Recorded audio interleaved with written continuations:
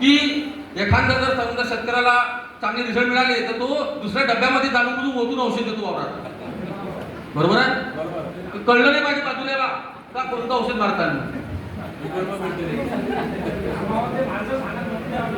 दुसऱ्याच्या एका शेतकऱ्याने काय केलं सर, जाणून बुजून ग्लायकोसेटचा डबा धुतला, त्यात ते औषध मारण्यानंतर टाकून दिलं आणि फवारणी केली.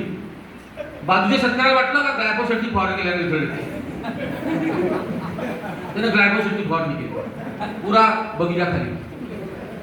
म्हणजे जोपर्यंत आपण नॉलेज घेऊन काम करणार नाही, आणि इथं मित्रांनो या टेक्नॉलॉजीमध्ये स्वतः रामसर एवढे ऍक्टिव्ह आहे, हे पूर्ण टीम, हे डिस्ट्रीब्यूट लोक एवढे ऍक्टिव्ह आहे की प्रत्येक गोष्टीसाठी तुम्हाला मार्गदर्शन व्हायला. कोणतीही समस्या फोनवर असेल, तुमच्या शेतात येऊन असेल, तुम्हाला जर कोणतीही अडचण असली तर तुम्ही मला बिनधास्त फोन करू शकता. जर तुम्हाला कुठे व्हिजिट मिळत नसेल, कुठं तुम्हाला मटेरियल मिळत नसेल तर मला सांगा. मला असं म्हणायचं आहे की विकणे, बिझनेस करणे या धर्तीवरील कंपनी नाही, तर ही कंपनी खरंच एका शेतकरी पुत्राची, शेतकऱ्यासाठी निघालेली कंपनी.